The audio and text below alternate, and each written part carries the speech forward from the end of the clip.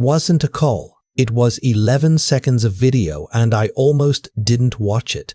I'd been on a job site in Billings since Monday, a commercial build 3 weeks behind schedule, the kind of project where your phone stays in your pocket because the foreman will lose his mind if he sees you on it. By the time I got back to the trailer at 6:30 that evening and pulled out my phone, I had 42 missed calls, a string of texts from numbers I didn't recognize, and one video message from my son's tablet. The tablet he wasn't supposed to have with him. My son's name is Joel. He was 9 years old. He'd been staying with my brother-in-law and his wife since the previous Thursday 5 days. My ex-wife had arranged it. She said it would be good for him to spend time with family while I was away, and I had no reason to think otherwise. My brother-in-law, whose name is Stuart, had always seemed fine. Quiet. A little detached, maybe.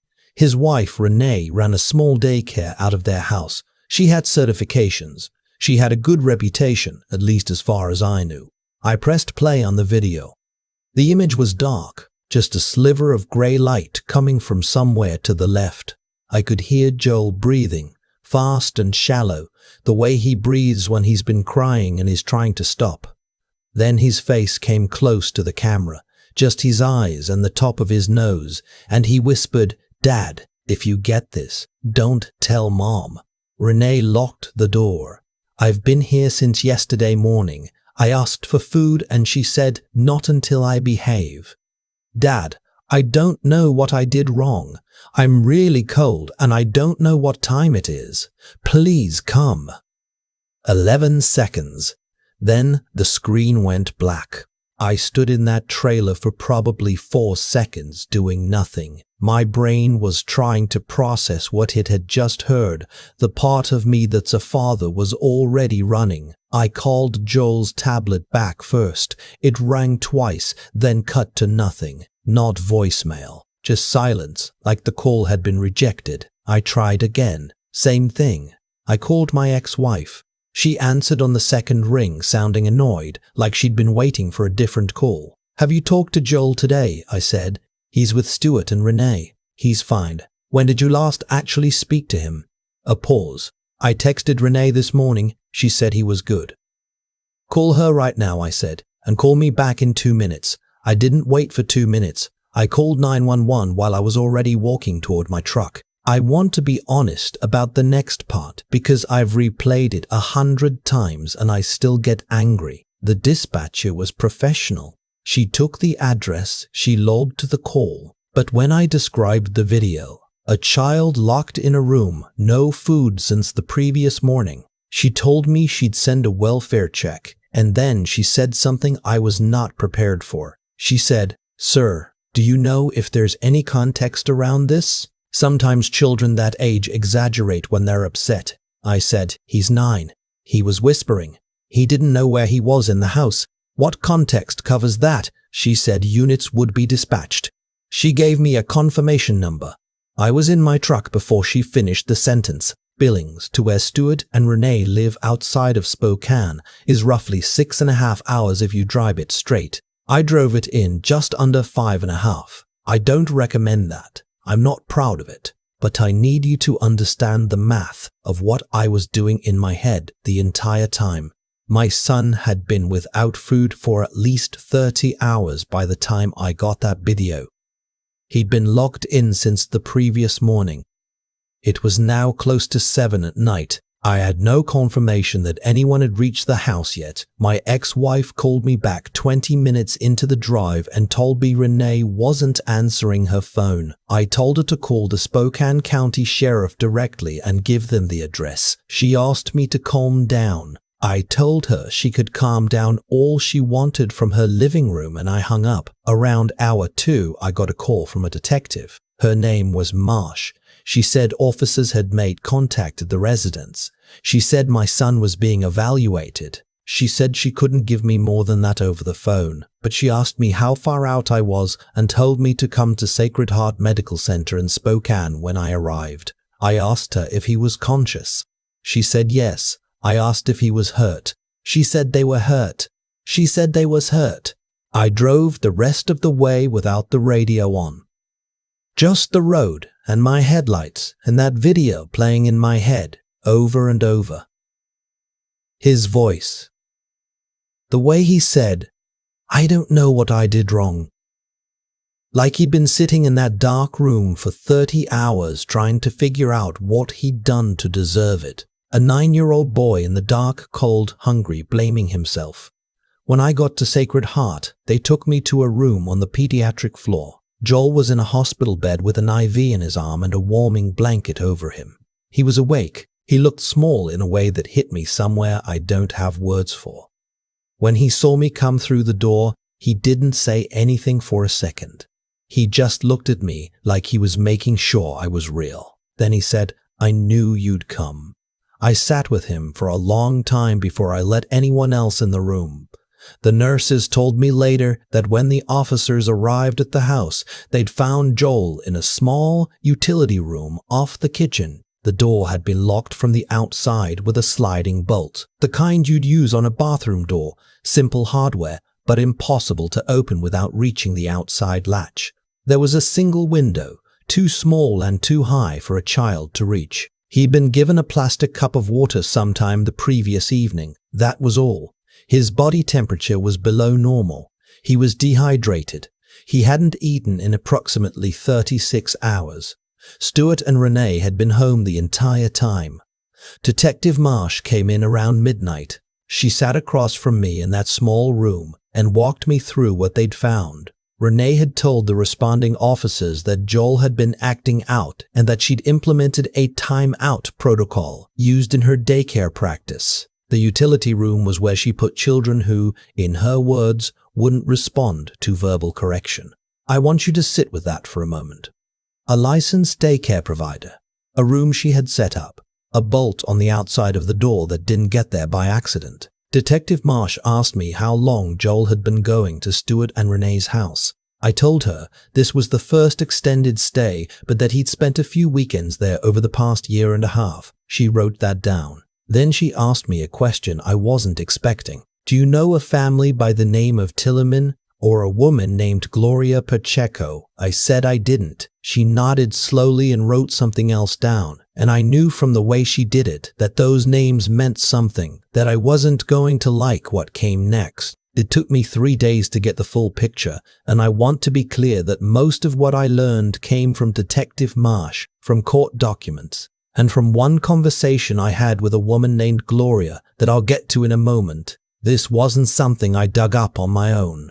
I'm not a PI. I'm a construction project manager from Montana. But when your son is in a hospital bed with an IV in his arm, you start asking questions you should have asked a long time ago.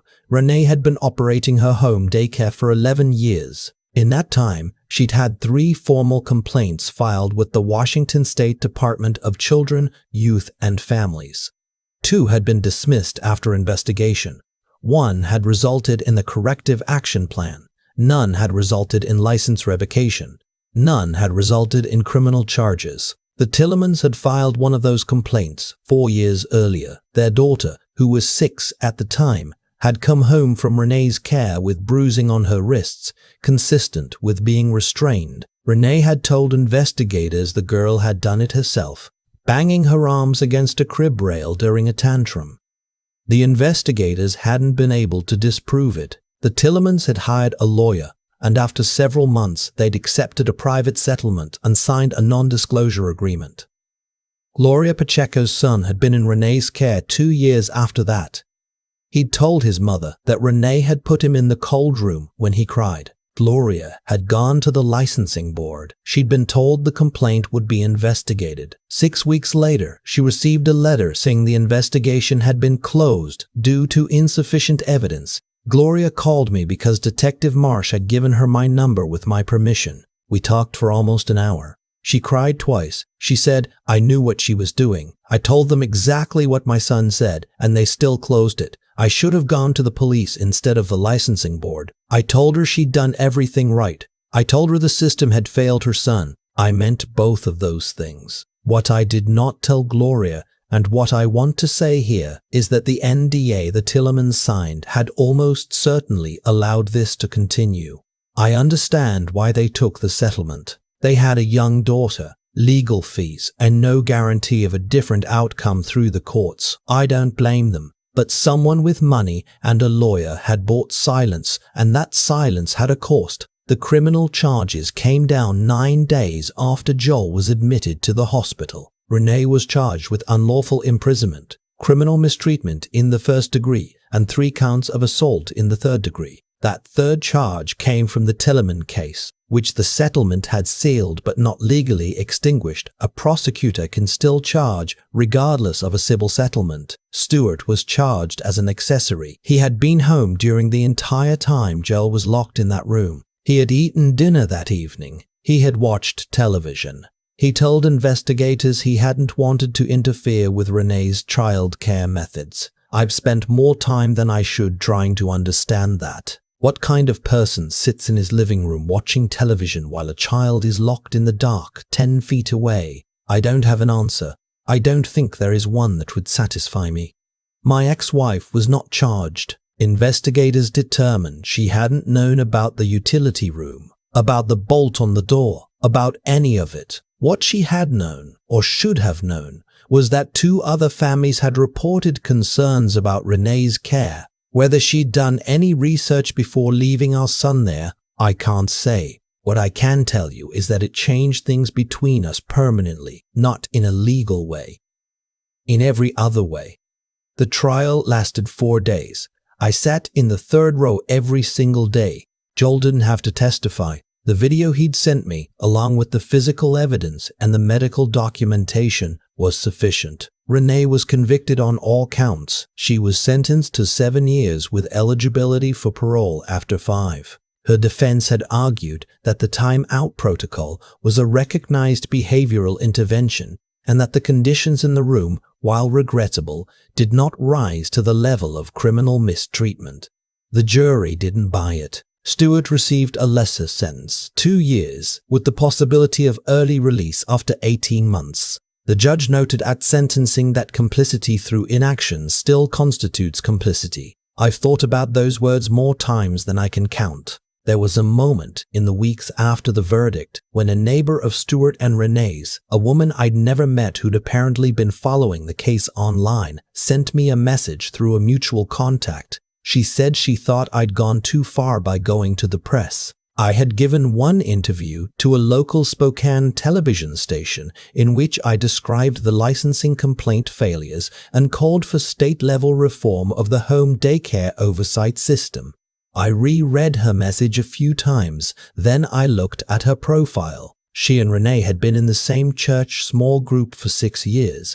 I didn't respond. What I will say to anyone who thinks speaking publicly was excessive, those licensing complaints existed. 2 families had already tried to stop this through the proper channels and had been failed. If I could use what happened to my son to make it harder for the next Renee to keep operating, then I was going to do that. I don't need anyone's permission to protect children who can't protect themselves. Joel is 12 now. He still has trouble in small spaces, not full panic attacks, but a discomfort that his therapist says may ease with time. He's been in therapy for 2 years and he's made real progress. He talks about what happened with a directness that still surprises me.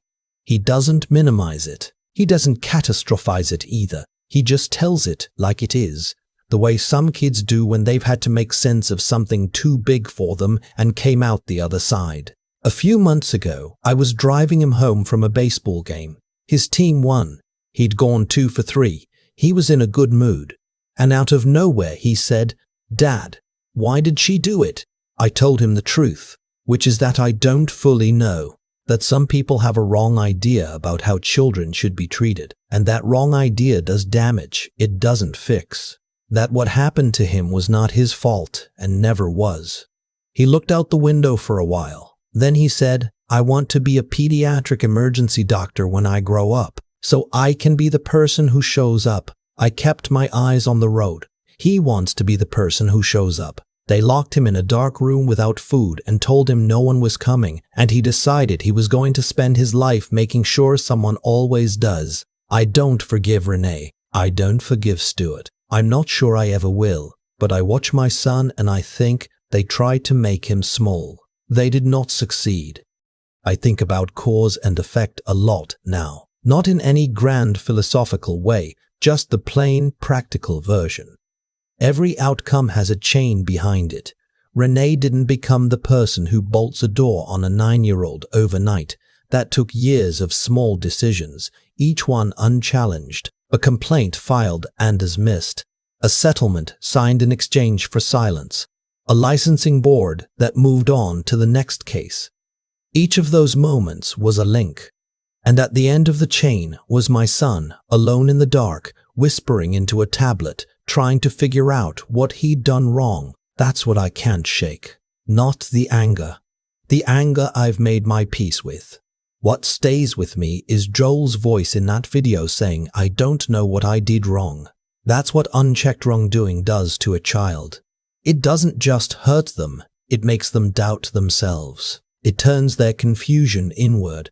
A 9-year-old with enough courage to record that message, to stay calm, to think clearly enough to send it before the tablet was taken. And still, in that moment, his first instinct was to wonder if he'd caused it. He hadn't failed. Every adult system around him had. I've thought a lot about what Joel did in that room. He didn't fall apart. He had no way of knowing I'd get the video. No way of knowing my phone was sitting untouched in a work trailer. He sent it anyway. That's not luck. That's something inside a kid that was already there. A quiet, steady belief that trying is still worth it even when you don't know if anyone's listening. I didn't teach him that deliberately, but I think he learned it from watching what the people around him chose to do when things got hard. I hope some of it came from me. I try to act like it might. What I keep coming back to is that character isn't one decision. It's the accumulation of 100 small ones. How you treat someone when no one's watching, whether you speak when it would be easier to stay quiet, whether you stay in the room or walk away. Renee made 100 small decisions over 11 years. So did the investigators who closed those complaints. So did the family that signed the NDA. I'm not saying they're all equally responsible, but I am saying that what happened to Joel was built, piece by piece, by people who kept choosing the easier thing. Stuart sat in his living room and ate dinner. That's the part that still catches in my throat. Not the malice, the indifference. He didn't have to hurt Joel to be part of what happened. He just had to decide it wasn't his problem. And that decision, that quiet absence of conscience, is its own kind of damage in the world. I gave one interview after the verdict. Some people thought it was too much. I've made my peace with that too. Joel can't get those 36 hours back. But maybe some other kid doesn't lose theirs because someone saw that interview and filed a complaint that didn't get dismissed this time. That's the only math that matters to me now. Joe wants to be a pediatric emergency physician. He told me in the car on the way home from a baseball game, completely unprompted, like he'd been sitting with the idea for a while and had finally decided it was true. He wants to be the person who shows up after everything, after the dark room, the IV, the therapy, the long drive home with his dad who'd run too many red lights getting to him. He came out the other side wanting to give something back to the world instead of demanding it owe him. I don't know how to explain that except to say that some people, even very young ones, just have more integrity than the world deserves. And the best thing I can do for the rest of my life is make sure I'm worthy of being his father.